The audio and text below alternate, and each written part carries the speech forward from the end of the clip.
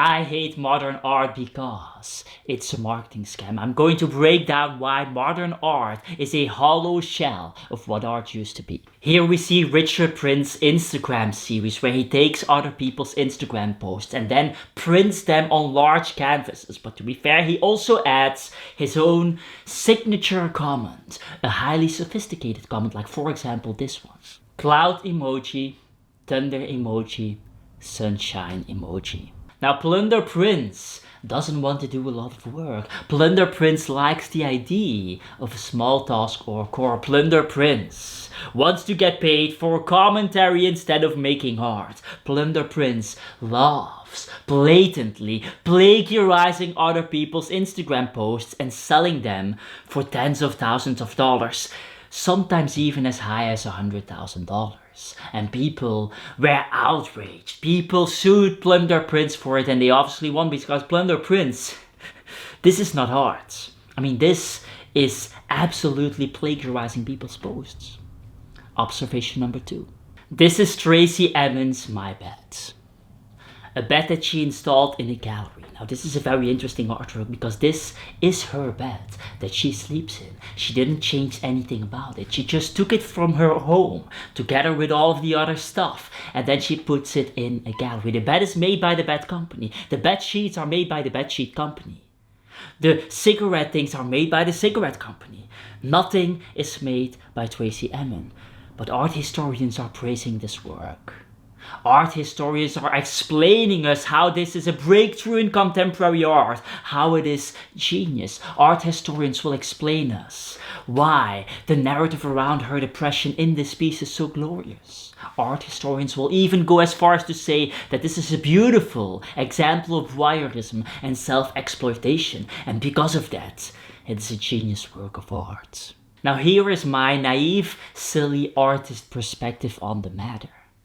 If voyeurism and self-exploitation is the main thing that this artwork is doing, then I cannot but think with my naive brain that prostitution is doing a better job of that. Prostitutes are walking over Tracy Emin like it's nothing. Prostitutes are making better art than Tracy Emin. Prostitutes are achieving what Tracy Emin cannot achieve.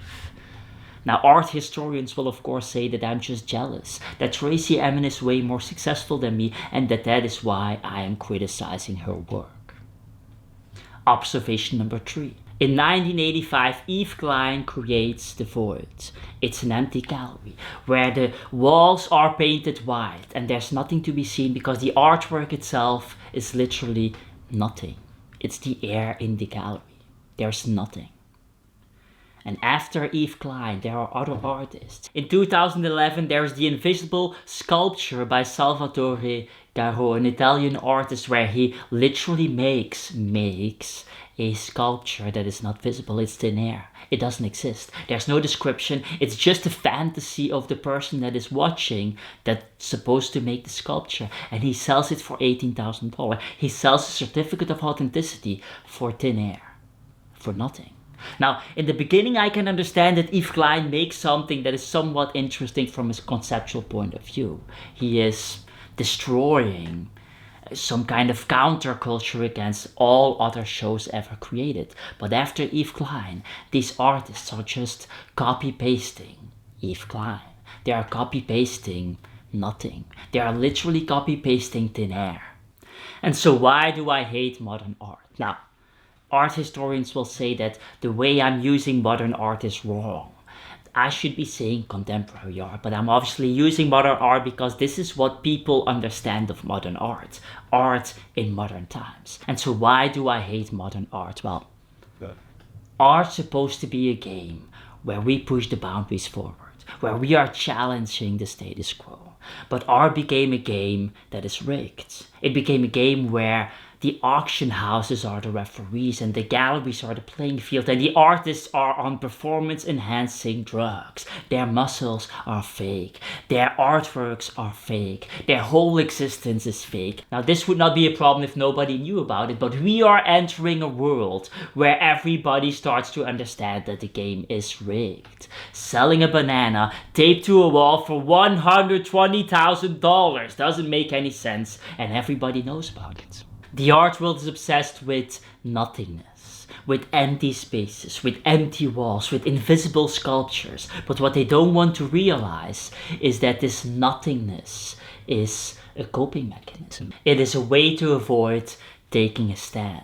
It is a way to avoid making something real. It is a way to avoid having something to say. The reality is that these modern artists, these contemporary artists, have nothing to say. They are hiding behind their abstract intellectual concepts because they have nothing to share with the world. They are afraid of being visible to the world. The sad reality is that if you would take any of these modern artists and you would put them on a stage debating with an average YouTuber, those average YouTubers would walk over them like it's nothing. They would absolutely crush these artists. And this is not how it was. The art world used to mean something. We used to have artists with balls. Egon Schiele, who gets arrested for sexually provocative art. Caravaggio, who has to flee Rome because his art is too real. Ai Weiwei, who is persecuted because he challenges the Chinese government. And what do we have today? People who are making invisible sculptures. And so what are we observing here? We are observing the post-authenticity era. An era where creativity is gone. An era where originality is gone. An era where Plunder Prince is copy-pasting Instagram posts and selling it for $100,000. And by doing that, he is not just stealing Instagram posts, he is stealing the identity of other people, pretending to be them and then selling their creations as his own. And so what are we observing? We are observing the prelude to the AI era, an era where AI can make any artwork as good as human beings, if not better than human beings. And so what is left in that era? What are artists going to do? What is the one skill that artists still have? I believe artists have marketing power. I believe that the only thing that artists have to do from now on will be marketing. That is what I'm teaching in my program.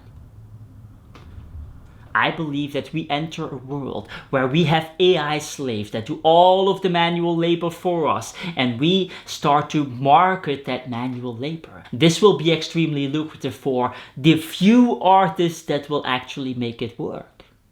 That's one side of the story. The other side is, of course, that the pendulum swings all the way back and that we will have an era where people start to value human creativity, things made by their hands, because it is so far away from the rest of society. That's not a possibility. Art historians are looking at modern art, at contemporary art, and they are seeing it as the pinnacle of human progress, the pinnacle of creativity. And the reason they see it as such is because that is what art has been. That is what art has been for hundreds of years. It was the pinnacle of progress. A good example of this is, of course, Da Vinci. But what if that is no longer the case? What if modern art, contemporary art, is a regression? What if modern art is the end point of art itself? Through various points in history, we had the rejected artists that rose from the bottom up and became the establishment. The Fauvists were wild beasts, were not considered artists. The Impressionists were not considered artists. The Salon de Réfugiés was literally a group of rejected artists. And we are now entering a world where the average Instagram post is more original than a $100,000 artwork. And so what is the Salon de Réfugiés of the 21st century? What if the art, the real art that is made today, is visible on the streets, is visible on the internet, is visible in social media landscapes? What if the real artists of today are not even considering themselves as artists? What if the most profound artworks of the 21st century are created by people just like you and me, that don't consider themselves as artists, that are just creating for the sake of creation? What if that is the new era that we are entering? Let me know what you think in the comments. Now, if you want to learn how Plunder Prince sells his art, market his art for insane amount of dollars, look at my program, link in the description. And if you want another video like this one, I have one called Why I Hate Contemporary Art, link in the description and in the end screen. That said, get the hell out of here.